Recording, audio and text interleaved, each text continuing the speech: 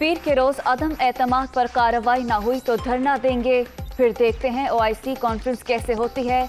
बिलावल भुट्टो की ललकार, शहबाज शरीफ की भी हाउस बिजनेस ना चलाने पर सख्त रद्द-ए-अमल की वार्निंग।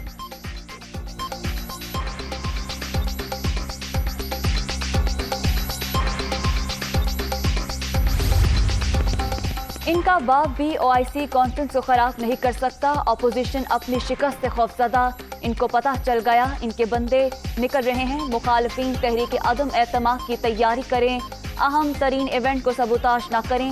शेख रशीद की दुनिया न्यूज से गुफ्तगू।